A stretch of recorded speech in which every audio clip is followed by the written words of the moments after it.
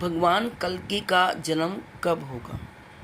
भगवान कल्कि को विष्णु का 10वां और अंतिम अवतार माना गया है। शास्त्रों के अनुसार श्रीमद् भागवत पुराण और विष्णु पुराण में बताया गया है कि कल्कि अवतार का प्रकट होना कलयुग के अंत में होगा। जब अधर्म, पाप और अन्याय अत्यधिक बढ़ जाएगा, तब वे शंभल नामक ग्राम में विष्णु यश नामक ब्राह्मण के घर पर जन्म लेंगे। हेलो फ्रेंड्स, कैसे हैं आप सब? स्वागत है आपका आपके अपने चैनल अजब गजब संसार में। आज इस वीडियो में हम जानेंगे कि भगवान कल्कि का जन्म कब होगा। जैसा कि भगवान कल्कि को विष्णु का 10वां और अंतिम अवतार माना जाता है, तो शास्त्रों के अनुसार श्रीमद् भागवत पुराण और विष्णु पुराण में बताया गया है कि कल्कि अवतार का प्रकट होना कलयुग के अंत में होगा। जब अधर्म, पाप और अन्याय अत्यधिक बढ़ जाएगा, तब वे शंभल नामक ग्राम में विष्णु यश नामक ब्राह्मण के घर जन्म लेंगी। आइए अब जानते हैं कि कल्कि का जन्म कब होगा। हिंदू मान्यता के अनुसार कलयुग की कुल अवधि 4,32,000 वर्ष मानी गई है। वर्तमान में लगभग अभी 5,000 प्लस वर्ष ही बीते हैं। इसका अर्थ है कि शास्त्रीय मान्यता के अनुसार कल्कि अवतार का जन्म अभी बहुत दूर भविष्य में है, यानी बहुत सालों बाद अभी कल्कि का जन्म होगा, कलयुग के अंतिम चरण में समझिए। कल्कि अवतार का उद्देश्य क्या है, आइए जानते हैं। कल्कि अवतार क्यों होगा?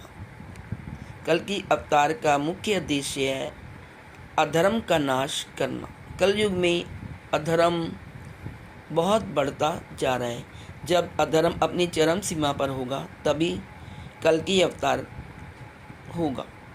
धर्म की पुनः स्थापना करने के लिए कल्कि को दोबारा जन्म लेना पड़ेगा। और कल्कि का एक उद्देश्य और भी है कि राम राज्य स्थापित करना, यानी सतयुग की पुनः शुरुआत करना।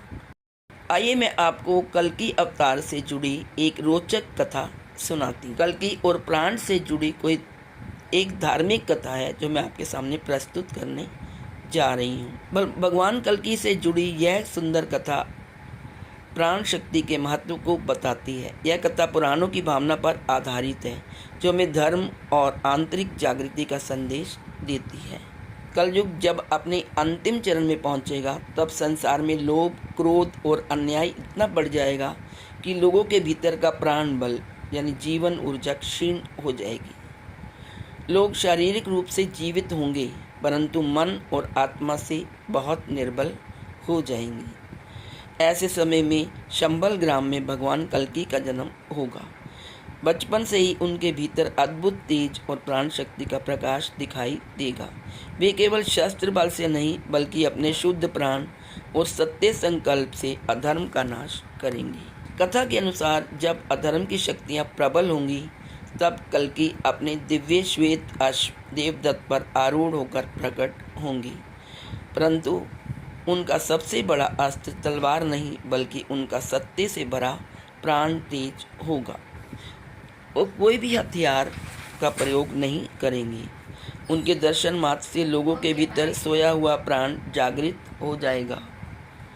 जो लोग निराश, भयभीत और भ्रमित थे, वे फिर से धर्म और सत्य के मार्ग पर चलने लगेंगे, यानी दोबारा से राम राज्य स्थापित होगा और लोग सत्यवादी, धर्म को मानने वाले तथा आध्यात्मिक विचारों वाले बनेंगे।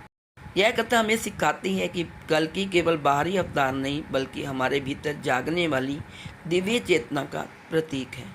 जब हम अपने प्राण को शुद्ध रखते हैं सत्य, करुणा और संयम से, तब हम स्वयं अधर्म पर विजय पा सकते हैं। प्राणायाम, ध्यान और सत्कर्म से व्यक्ति अपने भीतर के कल्कि तत्व को जागृत कर सकता है। तो दोस्तों, ये थी एक रोचक कथा कल्कि और प्राण जागरण की। आशा है आपको ये वीडियो बहुत पसंद आएगी। यदि अच्छी लगी तो प्लीज़ एक लाइक ज़रूर करिएगा, और यदि आप चैनल पर नए हैं तो चैनल को सब्सक्राइब करना ना भूलें। Thank you so much.